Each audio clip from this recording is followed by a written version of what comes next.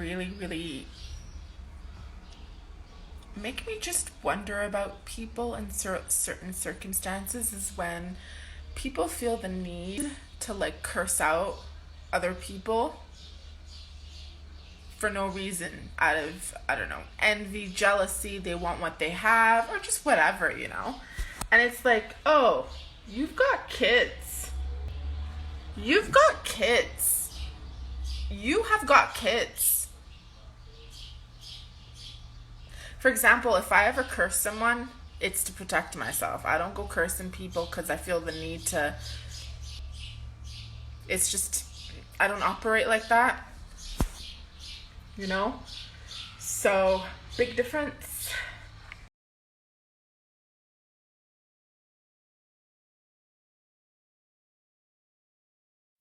Everyone looks at me and thinks I am something that I'm not based off my appearance. I guess we all do it. I guess I've always been labeled that way since I was like 12, 11 years old. I want to talk about something that sometimes I do bring up, but I never really get into full detail because it's very, very, it's a very soft topic. When I say soft, I don't mean soft like light. It's pretty heavy. It feels very intense for me and very painful, especially in the chest area.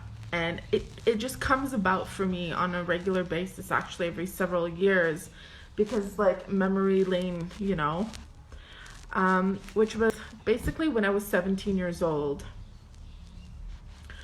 For those of you who are aware, I used to go to a Catholic school in Canada.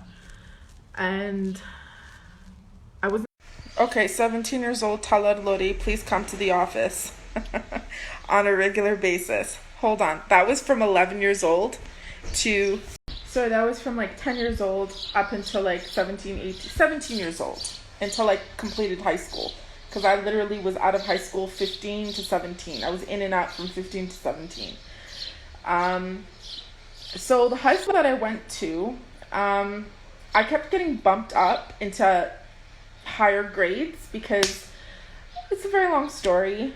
But in detail, or short form rather than detail, there was probably in all of Toronto a good less than handful of us who were able to leave legally due to... I don't know what you want to call it. This is too difficult for me to talk about. And it penetrates so in my chest because the government was going to give me, because as I succeeded something, like they were going to give, it was like an award, man, where they were telling my parents, like, this is something like, and your daughter accomplished it. And my parents were not proud because they wanted me to get married and get out of the house like that. They didn't want me to be smart. They didn't want me to have a reputation of being smart and working or living alone or they didn't want any of that. So my mom just kept, none of this is existing. It's not happening. No one's going to find out about it. Okay, the government was giving me basically my own house that I would own in Toronto. And I'd just be working and I'd be going to school, university or college or whatever, And through manipulation and force from my mom, I was taken out of it. So the moral of the story is, this has probably happened so many times in my life that I just contemplate, because I live alone. I live in Armenia, man. And the amount of opportunities that was given... People knocking on my door telling me to help them out, something. So, yeah, just contemplating on a lot of stuff, and it's like lost opportunities, but yet, you know what it is? It's not so much about the lost opportunity for me. It's so much of my inner will and inner power being removed and taken away by my own mother and family and suppressed or ripped away. And being told in a very manipulative manner that I'm less than that, or I deserve a less life than what I achieved on my own intelligence. I earned all of that. And then having that all taken away from you, it's like, like I said, it's your own mom, you know, and your dignity and self-esteem gets affected, and you start to make choices based off that doesn't really fulfill who you are for a good decade or two, and it becomes really, really painful. And I think that's what it is. I think that's what makes it so fucking painful, is that I missed the spot through shaving. I think it's that something being ripped away from you, which is your own inner will. Most families, they encourage this, and I do remember a bunch of like the staff and like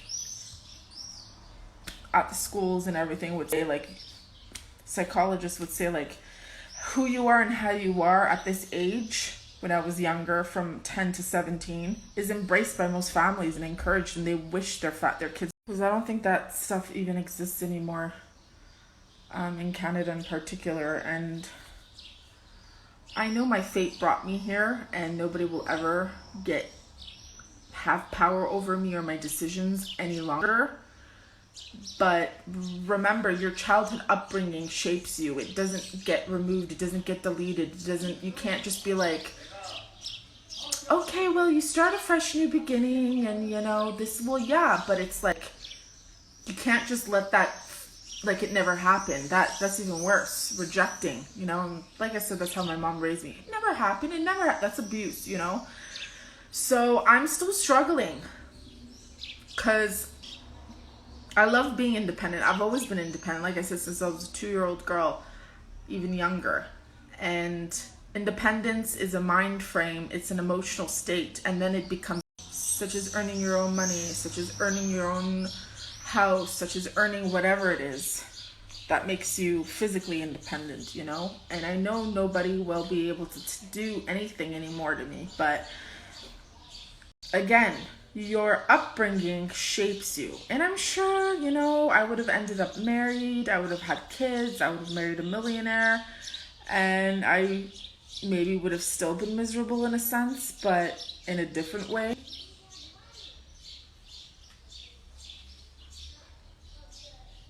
Or maybe I wouldn't marry if I was...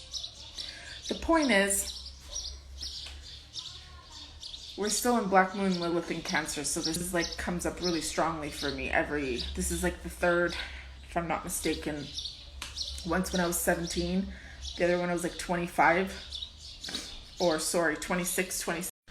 So it's the pain, man, it's the pain, and it doesn't matter how much healing you've done on yourself, or how much therapy, or how much counseling, or how much psychological things, creative, it still shapes you. It gets softer in a sense of lighter, but then something triggers you back. It's like a rope, a knot that like pulls you back, and then you go back to that time and you're like, fuck, I should have been true to myself.